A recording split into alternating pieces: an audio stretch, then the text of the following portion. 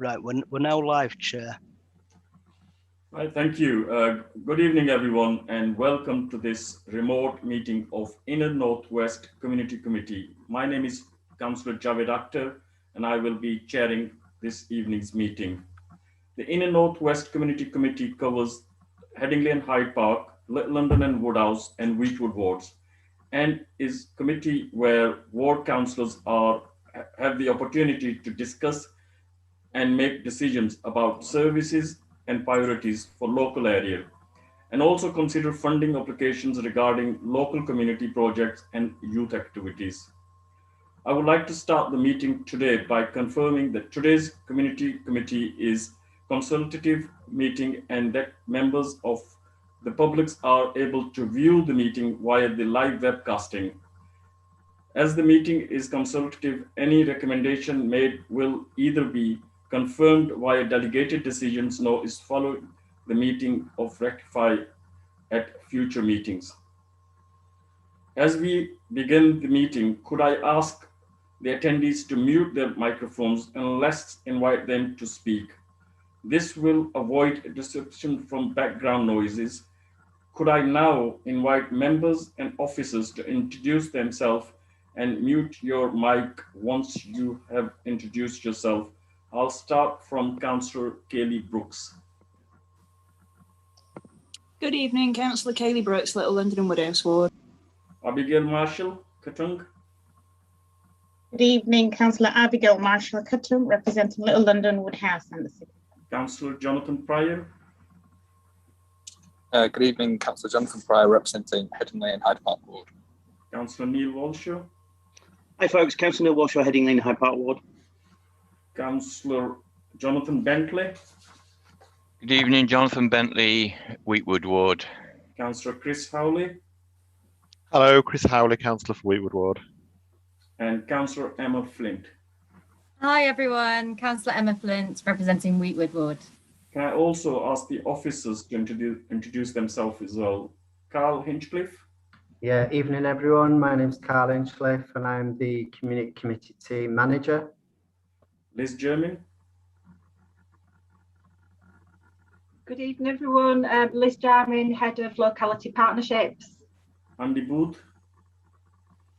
Good evening, Andy Booth, and I'll be the clerk to the committee this evening.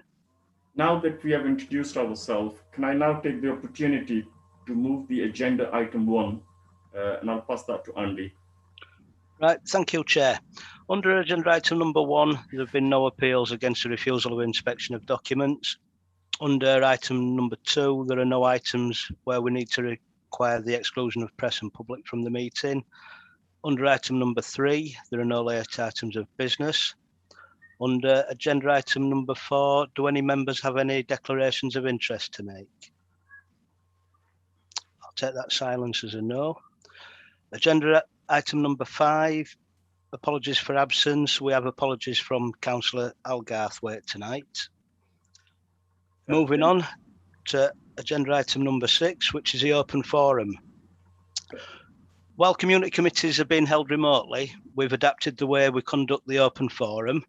So in the run-up to this meeting, we've publicised a meeting with the local community, and in doing so have invited members of the public to make written submissions in advance of the meeting so that it can be read out and considered as part of the open forum.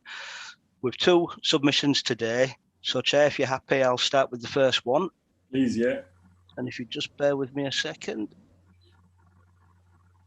Right, so the first one we have today is from an organisation known as Love in a Box, and their submission goes, we are a food bank and clothes bank operating from the Leeds Grand Mosque.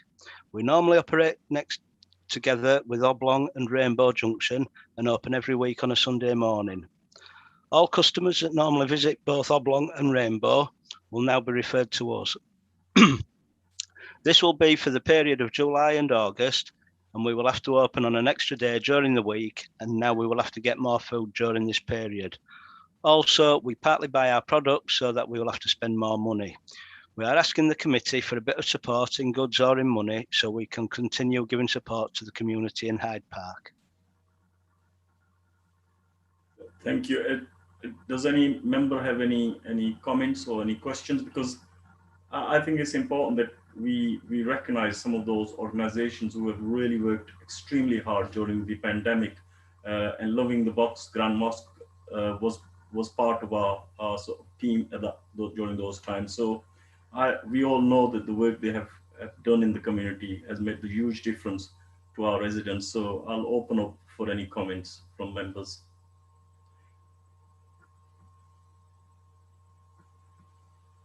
No? Are we all in support? Sorry, Neil, yes. And then Abigail. Yeah, thanks, Chair. Just to say, I think, yeah, that they are doing good work and that they're well organised and they've been reaching important parts of the community. So I think if we can, we should.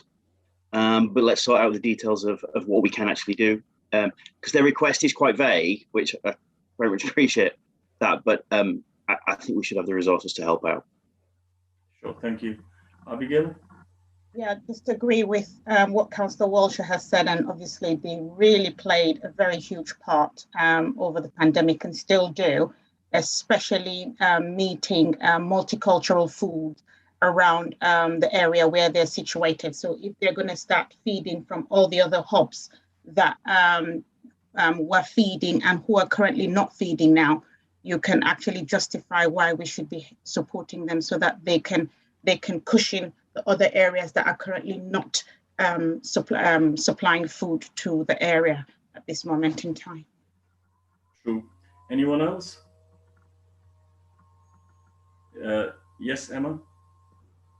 Yes, I was just going to say, similar to Abigail, I know from my involvement with the Leeds North West Food Bank that the donations drop off over the summer. So to support it over July and August is really important. And also, yes, for kind of food that people eat from different cultures aren't always donated. So I guess that might be the reason why they might need to buy appropriate food in. So I don't know how much to give, as Neil was saying, but I think we should support.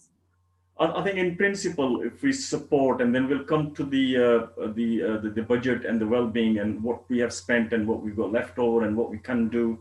That's something that we can have a discussion when we come down to the that particular item, and then obviously we can, what we have said earlier on. This is an advisory meeting. Any recommendation will then be carried on the future. But there's no sort of ways to stop us by talking to Grand Mosque and other organizations in the meantime. So yeah, thank you. Sorry, Jonathan. Yes, Jonathan Bentley. Thanks, Chair. Fully support everything people have been saying, but have they actually put in an application, either a small grants or a wellbeing application, or I mean, that's a simple way of dealing with it, isn't it? But normal practice is that obviously people do put the application in either well-being or the small grants. But I think what they've done here is that they've just taken the opportunity for an open forum, and that's something I think we need to have a further discussion with them. But since they have submitted to the public open forum, I thought it would have been an opportunity to just discuss and also to highlight some good works our local communities are doing in our part of the city. Yeah, I don't disagree with that at all. But in terms of determining how much we give, I mean, it'd be good to see an application of exactly what they want, why in the normal way. Previous speakers have said, so taken on board. Can we move on to the next item? Okay. Andy. Yep. Okay. The next one we've got in is from Leeds Residents Antisocial Behaviour Support Group. And the questions they would like to ask the committee are as follows. Over the last 15 years, Headingley and Hyde Park residents have suffered due to student antisocial behaviour in the area. It has made residents, families, children's and also students' lives a misery and has affected their mental health and well-being. And they have all suffered sleep deprivation over the years, and many thousands of families have moved out of the area due to student antisocial behaviour and all-night music parties and antisocial behaviour in general. Leeds City Council receives hundreds of complaints each year from residents on this major issue in the community, and they want to ask why Leeds Council and its enforcement department and team do not treat Leeds Leeds University and Beckett University, as they would any other business in Leeds, and issue formal warning legal notices that may lead to court action against the universities of Leeds due to the antisocial behaviour students in the area and due to the complaints it gets year on year from residents in Headingley and Hyde Park. Students are legally contracted to the universities and are therefore an extension of the universities. It goes on to say the universities of Leeds need to be more accountable for its behaviour of its students, and that the threat of legal action would focus minds on this major local issue. Does anybody wants to come in? I do have a bit to say, but I give you the opportunity. Neil, yes. Thanks, Chair. Yeah, it's a helpful open forum contribution. So what I probably want to do is pick up a couple of points. I'm sure other elected members will have things to say, but probably just to summarise the meeting we had today, this morning, in fact, that I chaired with members of Parliament, elected members, Vice Chancellor of Beckett University, the Director of Sustainability from Leeds University, and council colleagues from the Antisocial Behaviour Team from Cleansing and Environment, and Inspector Aldridge from West Yorkshire, from the Neighbourhood Policing Team, West Yorkshire Police. Very productive meeting. I'm just going to, we've put out a summary on our Headingley, Hyde Park and Woodhouse Youth Facebook page. So what I'm going to do, Chair, is I'm just going to sort of briefly pick the points from that, but it was a productive meeting because obviously antisocial behaviour in the area is a significant problem. We're aware of that. Over certainly the past 10 years, the amount of resources put into dealing with antisocial behaviour from all its causes has gone up under our administration. But I think particularly the last 2 years, particularly the last 16 months of where we've had our various elements of lockdown, have really put the community under strain for various different reasons. So we're very much recognising that and thinking, right, so we have various policies and processes in place from stakeholders, but clearly it's the paradigm of the issues has changed and we need to have an appropriate set of responses. So we started that process today. So particularly, obviously, this meeting was focusing in noise nuisance, antisocial behaviour, all around environmental issues like cleansing, particularly broken glass, which is one of our huge bugbears in the area. So we went in the meeting with sort of 5 key asks as elected members. So the universities do provide extra resources, Chair, as you know, but we think they need increasing, but also the nature of them changing. The nature of them needs to change somewhat. So, for example, they do a van patrol from 6 p.m. to midnight. They pay for additional noise and antisocial van patrols, but that's not when the issues are happening. The issues are happening later than that. So we need to look at that.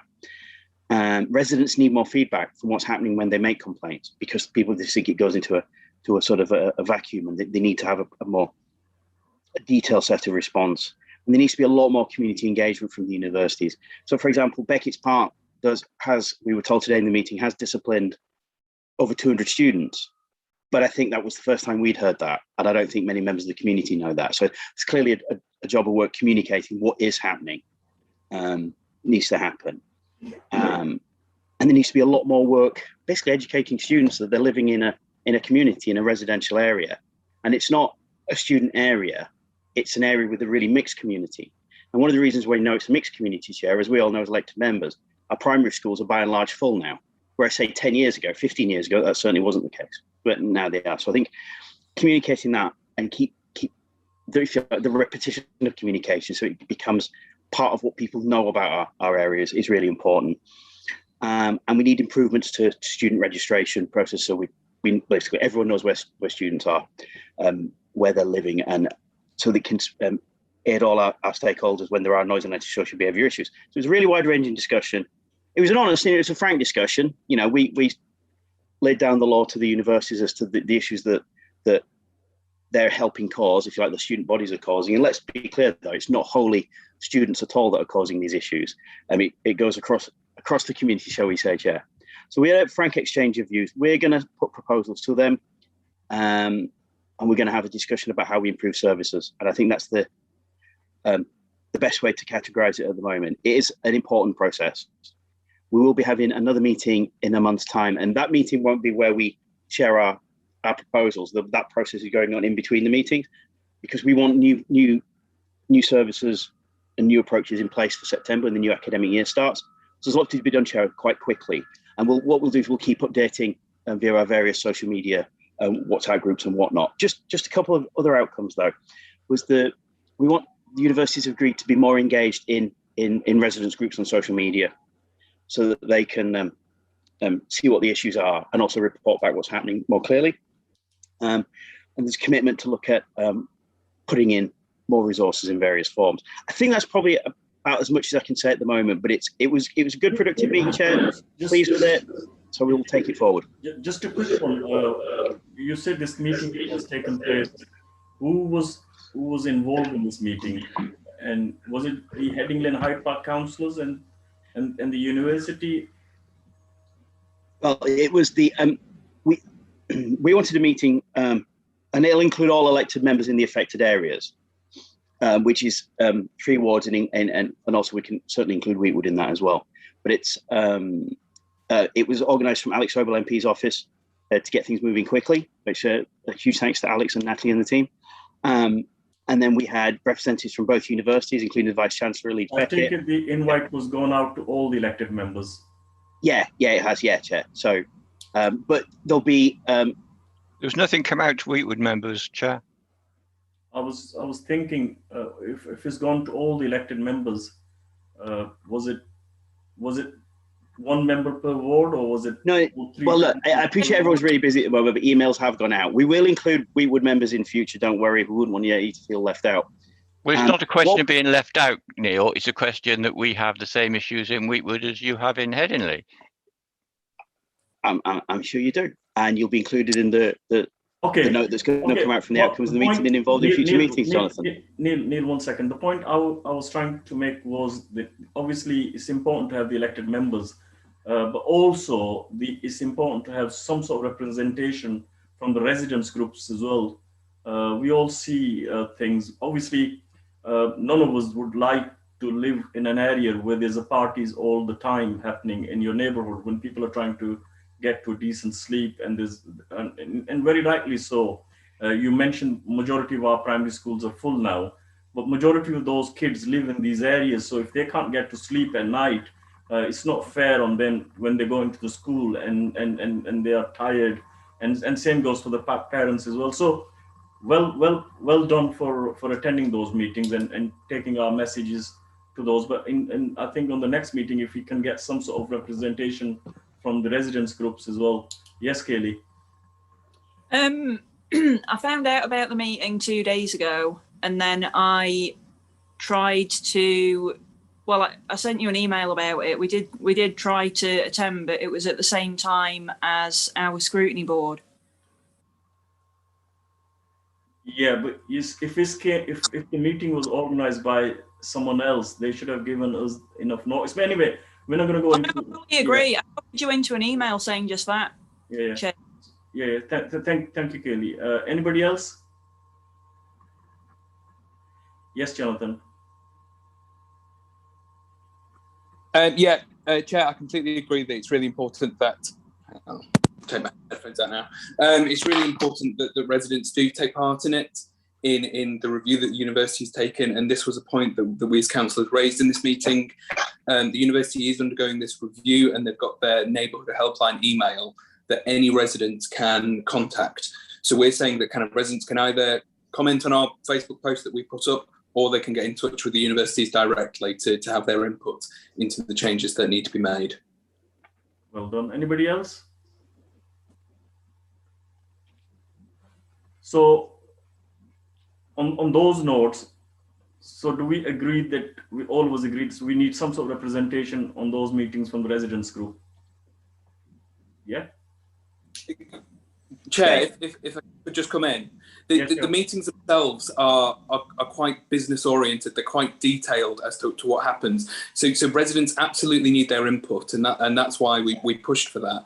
But equally, there are some meetings which are just very process driven, which are the ones which kind of was councillors are in. So there are 2 different types of meeting, if that makes sense. Yes, it does now. Thanks. Carl, do you want to say anything? No? Does anybody else want to say anything on this matter?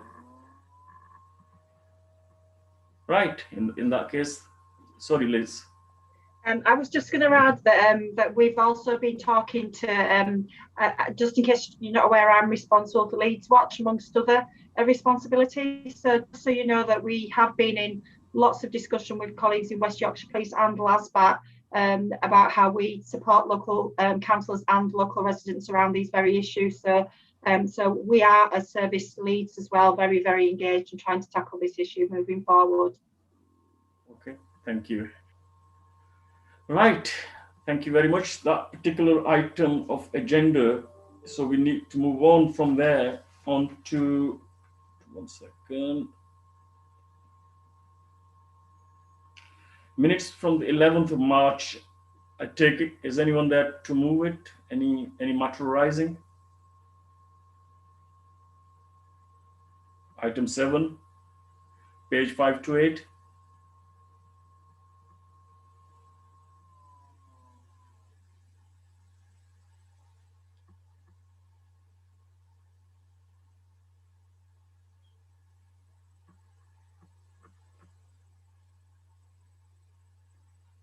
Are we all happy with that? Yes, Jonathan. No, I was just indicating my happiness. Okay. Anyone to second, Jonathan?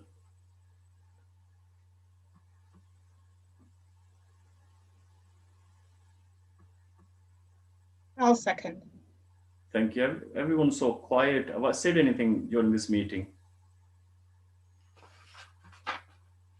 Right, shall we move on to item 8 then in that case, please? Community committee appointments. Andy? Right, thank you, Chair. This is the annual report that deals with appointments to outside bodies, community committee champions, cluster partnerships, housing advisory panels and local care partnerships. If I take you to paragraph 6 of the report, there's a table there that shows you existing appointments and vacancies. And what I'm going to do, I'm just going to share it on screen so we can go through them one by one, if that's okay. Yeah, sure.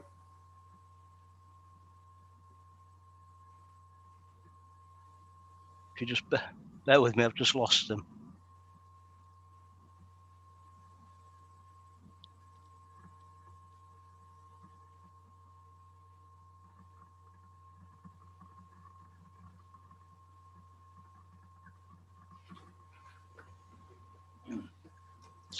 Sorry, Chair, I'll be with you in a second with it.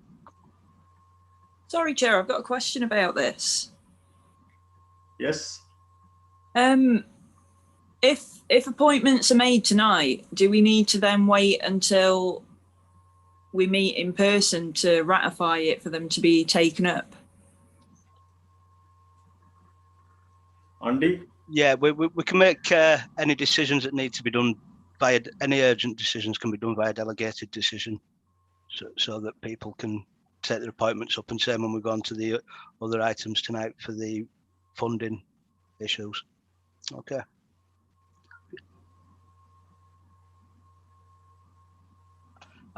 I'm having a few problems at my end getting the appointments up, Chair, so I've got them in front of me on another screen, which I can go through them one by one on there, if that's okay. Yeah, that's fine.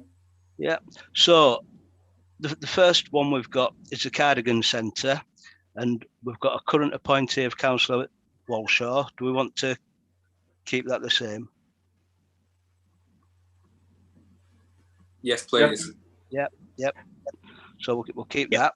The next one is the Swarthmore Centre.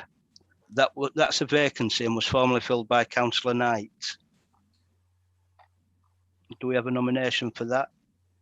I took over from Councillor Knight last year. Right.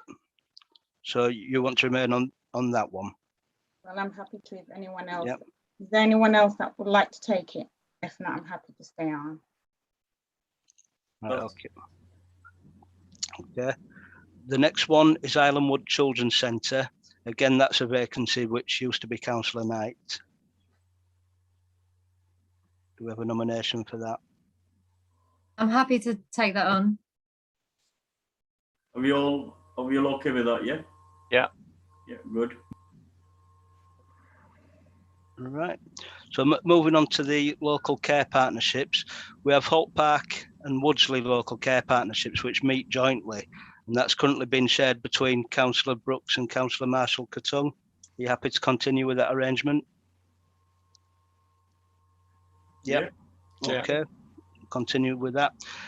Leeds Student Medical Practice, Councillor Akhtar, happy to continue? Yeah. Okay. The Housing Advisory Panels, this is Sorry, one can member. I ask a question, Andy? Sorry. Yeah, The yeah. one that you just said now, we keep, myself and Councillor Brooks keep getting invites to the medical centre. Is that the one at the light? Is it called the Light LCP? I don't know, Councillor Brooks. I've only got them by those names. I can look into it after the meeting for you, if that's okay. Even though I did say at the chair's briefing, I never had any invite and I never attended a single meeting. Right. So unless there's a confusion somewhere. Okay, I'll feed those comments back. And, Sorry, we can't hear you, Abigail. Sorry, can you hear me now? Yeah. I believe it's Councillor Akhtar, but then the invite keeps going to Kaylee and myself instead of Councillor Akhtar. So that was the case, yeah. I'll feed those comments back to colleagues in health who should be sending the invites out for you. Okay. Right. Moving on to the housing advisory panels. This is one member per ward. For Little London and Woodhouse, we've currently got Councillor Akhtar. I'm happy with that if everybody else is happy. Okay. For Headingley and Hyde Park, we've got Councillor Garthwaite. We're happy to continue with that. Yeah. And for Wheatwood, we have Councillor Bentley. I'm happy to continue on that one. Yep. Okay. Moving on, we have the Community Committee Champions, Environment and Community Safety. Yeah, hi, what's this about? Sorry. Domestic issues. Environment and Community Safety, we've currently got Councillor Garthwaite. Would you like Councillor Garthwaite to continue? Yes, I think she would. Yeah. Councillor Walshaw, I think you need to go on mute as well. I'm sorry, there was somebody at the door and the dog was barking. I apologise. Right. So moving on to Children's Services, Councillor Pryor, happy to continue with that one?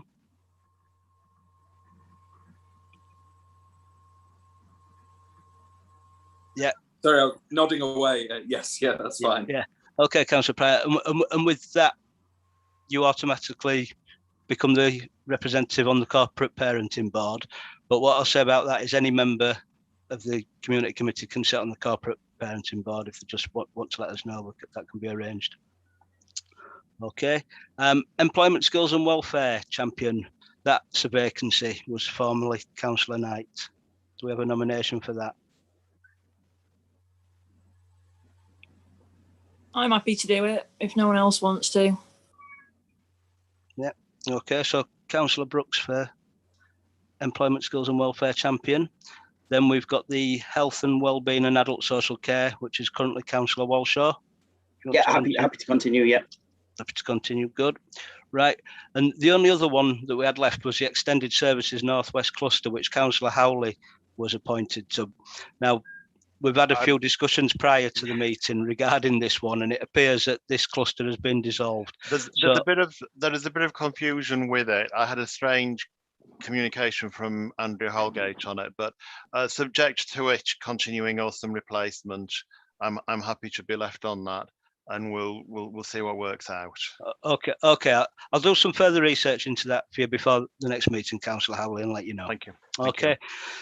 So that covers all the appointments today on that report. The only other thing to note is Councillor Akhtar's continued appointment as chair of the Community Committee for the remainder of the municipal year. Okay. Okay. Everyone happy with that? Thank you. Can we now move on to the finance report, item 9 in the Northwest Community Committee? I think it's Carl who's going to take it, yeah? It is Councillor Akhtar. Thank you for that. Okay, so in terms of the finance report, the report gives the committee an update on the budget position for the 4 delegated budgets that are given to the committee. So we've got the Wellbeing Fund, the Youth Activity Fund, the capital budget, but also the SIL budget. So first of all, if I can refer committee members on to paragraph 13, please. As this is the first committee meeting of the new municipal year, what we do need to do is just get ward members to agree the conditions for making decisions outside formal committee meetings. And paragraph 13 just refers to the conditions that have been approved previously. So we've got consultation must be undertaken with all committee or relevant ward members prior to a decision being taken. We've got a delegated decision must have support from a majority of the committee represented on the committee, or in the case of funds delegated to a committee to individual wards, a majority of ward councillors. And then finally, details of any decisions taken under such delegated authority will be reported back to the next committee meeting for members' information. So I'd just like to invite ward members to review those conditions and indicate as to whether or not they're supportive of those conditions.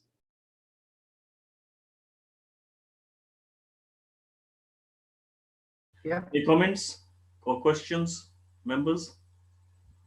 We're all happy with it. Thank you. Okay, thank you, Chair. So if I can refer the committee on to paragraph 15 and beyond. So I'll give the committee an update on the wellbeing budget position for this financial year. So the total revenue budget approved by Exec Board was £94,030 for the Inner North West Committee. Table 1 shows a carry forward figure of £29,679. And that includes underspends from projects completed in the last financial year. The total revenue funding available therefore for this financial year is 123,709. So that's £123,709. And then paragraph 17, it's just asking the committee to note that there's a remaining balance, and as ward members will see, there's not a great deal of available budget left for this financial year. So the balance is only £7,812.33, and that's referred to in table 1. So there has been a large number of projects that have already been completed or approved by the committee. And in terms of those decisions that have been taken by the committee, paragraph 18 onwards gives the committee an update on the DDN, the delegated decisions that are being taken since the last committee on the 3rd of March. So in terms of ring fences, we've got small grants and skips of £3,000. We've got community engagement of £3,000. We've got a youth summit budget of £1,200. We've got festive lights of £12,500. And then in terms of specific projects from the wellbeing budget, we've got Woodhousemore bylaw enforcement, which is £10,597. We've got Woodsley Women's Project, 10,000. Big Clear Out, 1,000. Infant Safer Sleeping Commission Project, that's £4,028. And then just moving on to the capital budget, we've got Your Pantry at Meanwood Community Centre. We've got £4,855.85 for that one. We've also got Leeds Youth Service for the Inner North West Holiday Project. That's £2,020. And then in terms of small grants and skips, we've got Irish Arts for 500. We've also got the Art Camp, the Half Term Project, 560. We've got Jungle Kids at Half Term, which is 375. And then we've also got the Fab Project, which is £422.79. And then just moving on to paragraph 23, just a list of the projects that have been funded specifically from the AF budget. So we've got Hyde Park Active of £4,000. We've got Hyde Park Football Club of £4,000 once again. We've got Leeds Youth Service, Wheatwood Youth Project, that's £1,435. We've got the Inner North West Holiday Project, £2,020. We've got Art Camp Extravaganza, £1,470. We've got the Welcoming Youth Group of £8,855. And then finally, just moving on to the SIL budget for this year, we've got already the Gatewood Church Ecological Survey. That's been approved through the DDM process, and that equates to £1,387.92. So then if I can move the committee on to new applications for consideration. I would just like ward members to bear in mind the very small wellbeing budget that they have remaining. Therefore, certainly for the 2 wellbeing projects that we're asking the committee to consider, they don't have the available budget to approve both of those applications. Councillor Akhtar, I'm just wondering, do you want to mention the suggestion that we put forward in the chair's brief last week? With regards to COVID funding, yeah. In terms of the COVID ring fence budget, that's yes. Right. If we can use some of that money for some of the projects, and also if we can do just, I mean, there's an X amount. Is it 5,000 per ward? Well, the overall budget you've set aside is £15,000, Councillor Akhtar. That's right. So if we can use some of that money for some of these projects, and what I agreed was that let the members obviously decide, and if there are any discussions around and any ideas, so I'll leave it to all the other elected members and see how you feel.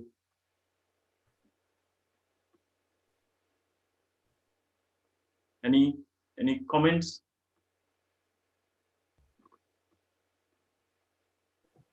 Are we all happy with it? Yeah, I don't have enough clarity in terms of the last statement with the COVID ring fencing amount. Is that different from what you've just said to us, Carl? So in terms of the COVID ring fence budget, Councillor Katong, what you've currently agreed with the committee is a ring fence for this financial year of £15,000. Now, when I've looked into the finances, there's only been a very small amount of budget that's been taken out of that ring fence. So just for ward members to consider is the possibility of reducing that ring fence. One thing you could consider is reducing it by, 5,000, maybe even more than that, and that would give the committee more available budget over this financial year to be able to consider projects that they may be supportive of. Okay, thank you.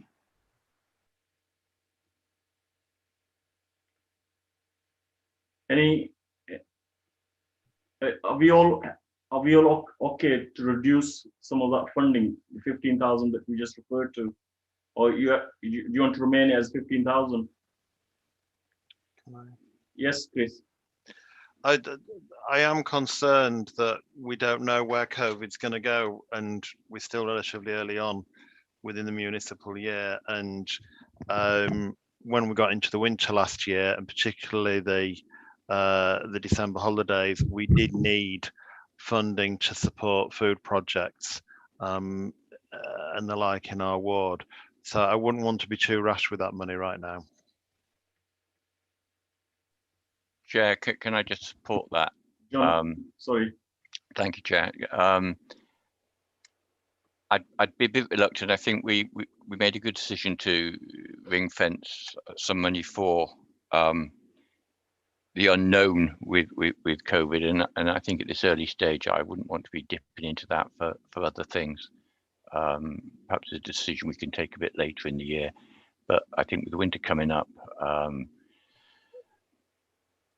it's very unpredictable. So I wouldn't really support dipping into the COVID ring fence at the moment. But we don't have much funding left, if you can understand, some of these projects, unless, even though we are passionate about some of these projects, but we can't afford to fund them. Is it something, Chair, that could be funded out of ward-based initiative? Because I was seeing that there's quite a lot of that floating around in the wards affected, Hyde Park and Headingley and Little London. Not sure if Headingley and Hyde Park's got any ward-based initiative money left. I don't think so. I mean, it's just, sorry. Yeah, anyway, let's, Carl, I mean, if this is how members feel, that obviously we need to ring fence those 15,000. That's absolutely fine. Yeah, we take it as it is then, yeah. Yes. Okay, Chris. Yeah, absolutely. Chris, then Emma. Is there an opportunity to revisit things like the money that's been allocated to festive lights and, which you could deem is less important than, for example, the the Eat Well Cafe as an issue. Emma, I'll respond to your question, Chris. But Emma, do you want to say anything? Sorry. Sorry, yeah, I'm a bit new to all this. I was just wondering how much money was spent from this budget on food over last winter. So whether we could work out like if we'd need a similar amount this winter, as Councillor Bentley was saying. So I'm not completely against cutting how much we're ring fencing. Well, when the pandemic started, the council obviously funded 33 hubs in the city, 5,000 to start off with, and then obviously we had to find another 10,000 per ward to fund some of the projects in the area relating to the COVID-19 approach. So in total, I think we spent more than 15,000 in some cases in our ward. So yeah, it's something that I hope things will improve as we are coming out of pandemics. But then again, as the members have agreed, let's leave that 15,000 as it is, and then if we can revisit some of the other projects. But with regards to the Eat Well Cafe, it's something I think our residents definitely was supporting this particular project in London area, and because of the pandemic, it was closed. Now they want to reset this particular project, but unfortunately, where we are at the moment. So, Carl, you want to carry on? Sorry. Yes, sure. Of course I will, Councillor Akhtar. Okay, so moving on from the Eat Well Cafe, then obviously. Carl, 1 second. I think Councillor Bentley wants to say something. Okay, yeah. No worries. Just in answer to your question about ward-based initiative, and I obviously don't want to interfere in whatever wards have got planned, but just for your information, a paper's going to Exec Board next week, which shows all the ward-based initiative balances. And Heading in Hyde Park have got £130,000, and Little London and Woodhouse have got £438,000. Yeah, but what you need to understand, Jonathan, that before the pandemic, we had some projects in mind.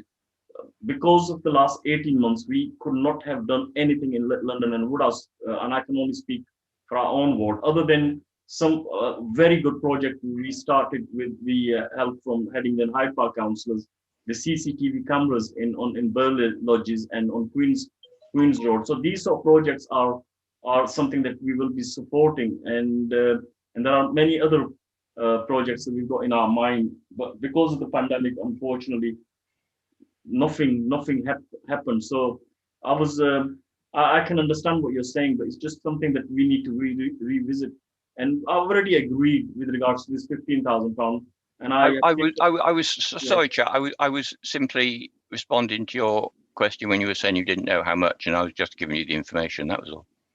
We are aware of how much money we've got. Oh, okay. Well, that's fine. I was just having a little. Yeah. So anyway, let's move on, Carl. Sorry. Thank you, Chair. So for my own peace of mind, Councillor Akhtar, are we moving on from project 25, paragraph 25 and 26? Because we're saying that the committee doesn't have the available budget to be able to consider and support those projects at this point in time. Well, that's what the members have just agreed to. Yeah, so that's fair enough. Yeah. Funding, there's as I said earlier on, very little we can do, unfortunately. Yeah. Where we are at the moment, even though as much as we like these projects, but we can't afford to fund them. Yeah. Okay. Thank you, Chair. Okay, so if I can move the committee on to the budget position for the Youth Activities Fund for this financial year. So the total available for spend in the Inner North West Committee, including a carry forward from the previous year, was just over 28,000. So £28,091.07, and that's listed in Table 2. There's a total of £21,780 that's been allocated to projects so far. So once again, there's only a very small amount of remaining budget available to spend on the Youth Activity Fund projects, and the full list of projects is available in Table 2. And by that same token, there's a couple of projects, Chair, that we were going to invite committee members to consider Now I know that you don't have the available budget within the the YAF fund to be able to support both of those. So I was just going to ask if you want to consider one of those or possibly consider part funding. I'll leave it up to you and the committee to make that decision, Councillor Akhtar. And I will happily put this to the members how they feel. Any comments, Chris? Thanks. Given that it's only a short shortfall, would it be fair just to prorata what is available? These are two great things that serve, you know, a need in the summer holidays when most of the demand for youth activities is present.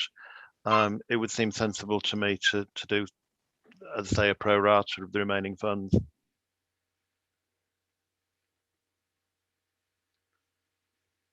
Do you want to respond to that, Carl? Yeah, I mean, what we can do is, I am pretty certain that over the course of the next financial year, there's probably going to be some projects that come on slightly under budget. So I'm pretty certain that you will get some of that available balance increasing in terms of the YAF budget. So to fully support it would take you over budget slightly by just under £1,000. But what we can do is take on board Councillor Lowry's comments and make sure that we're able to support both applications, but take into account those comments so that we are basing the decision on that basis, Chair. Yeah, are we all okay with that? Yeah. Yes, that's fair enough, Chair. Yeah. Nodding. Yeah. Okay. Okay. So moving on then. So if I can move the committee on to paragraph 34. So this is the small grant and skips budget. So table 3 references. Now I'm not sure if committee members have got the updated version of this because I sent through a slightly updated version for Andy today. But just to give ward members an update, the available balance for that budget is £965.43. I know in a previous document it talked about just over £1,000, but that has changed slightly. And then in terms of capital budget, your available balance, which is listed in table 4, is £21,142.47. And then some good news in terms of the sale budget. There has been some receipts that the Inner North West Committee have received recently. So as of June of this year, you have got a remaining balance of £121,867.78. I think the previous amount reported was around £40,000. So you can see there's a massive increase there, a massive difference for the committee to be able to use. And that concludes the wellbeing budget, the finance report, Councillor Akhtar. Thank you. Are there any comments or questions on this particular report? If not, we're happy to move it, yeah? Yeah, Chair, move it, Chair, yeah. Okay.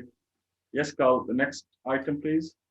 Okay, thank you, Chair. So if I can draw the committee's attention to the update report.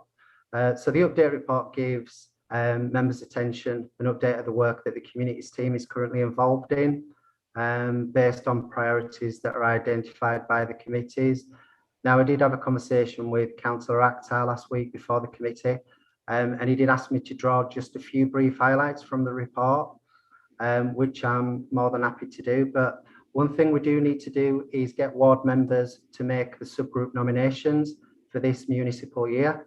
Now, I understand members have already considered appointments to outside bodies and champions elsewhere on the agenda, but what we're now asking them to do is make the nominations for the committee subgroups. We have got 2 subgroups. We've got the environmental subgroup and we've also got the children and family subgroup. There are 3 places available, and my understanding is that there's a vacant slot at the moment for Little London and Woodhouse. And we've got the current appointees listed, but we've also got the champions, which I know we've already appointed elsewhere on the report, Councillor Akhtar. Sure. Any member question on that particular item? Or So are we looking for one more person? How many people more are you looking for?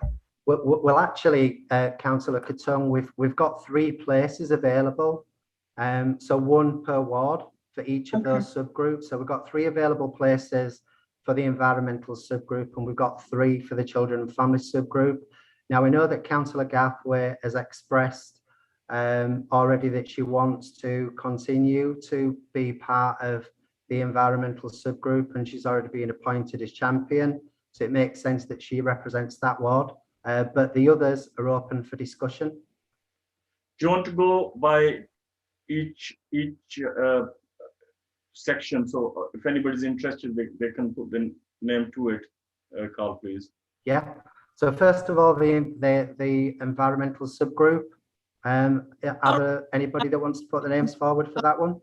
Sorry, Chair. I've just got a bit of a query. I've had my hand up for a while. Sorry, I can see that. So it says vacant slot for Little London and Woodhouse, but I'm pretty sure that I was nominated at the last time to do that. I'm sure I was, because I've been going to the meetings. So what name have you got down for the environment then, Carl?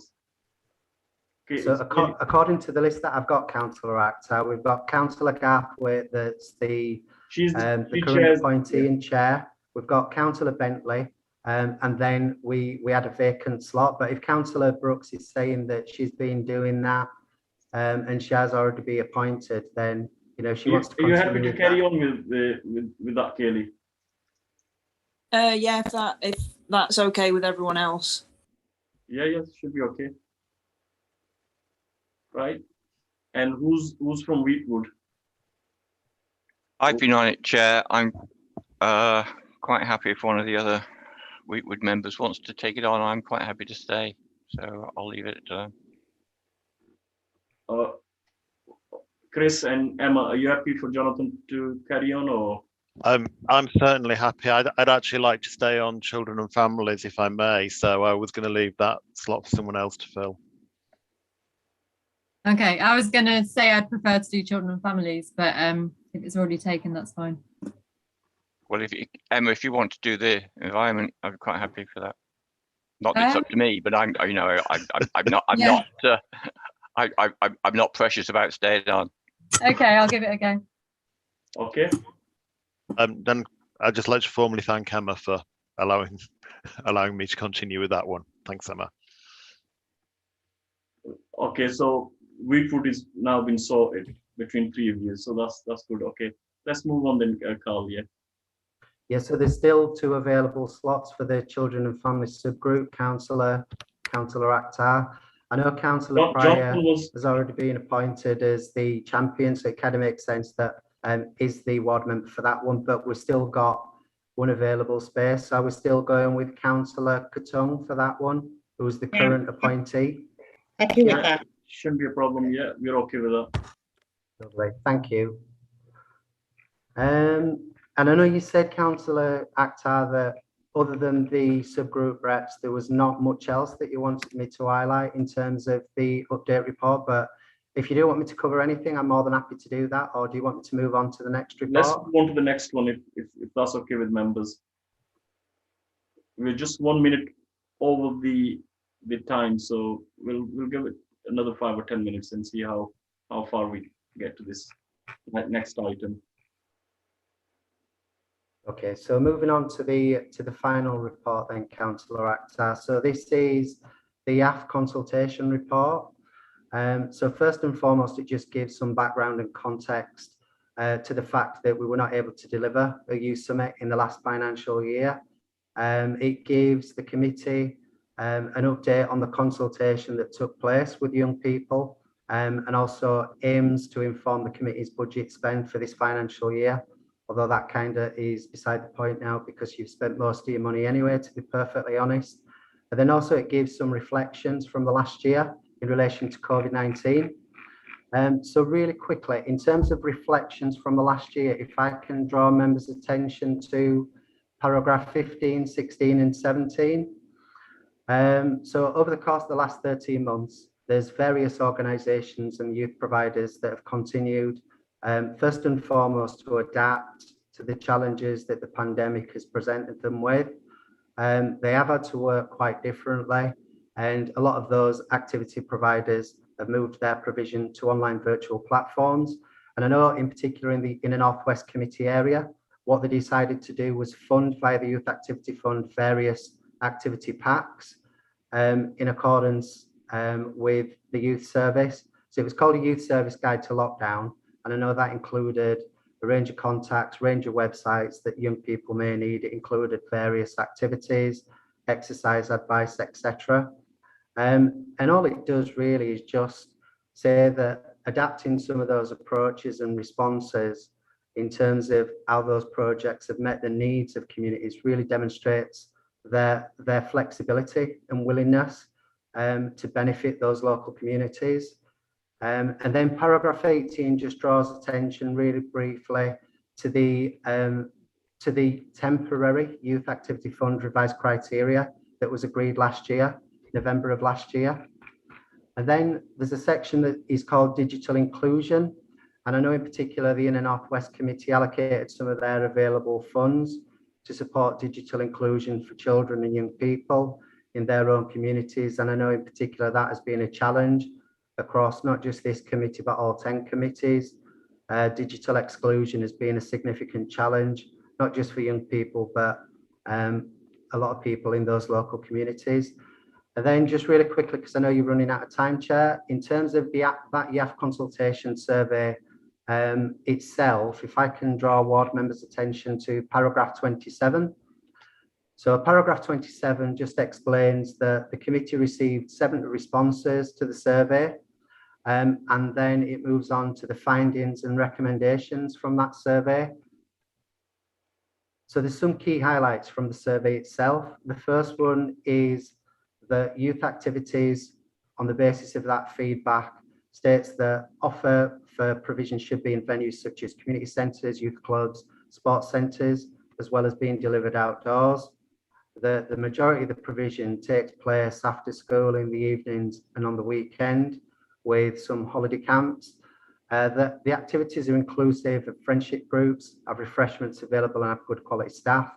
And the top key themes for spend for the YAF budget are sports clubs such as rugby and football, DJ skills and other music related activity. And then we've got drama and dance.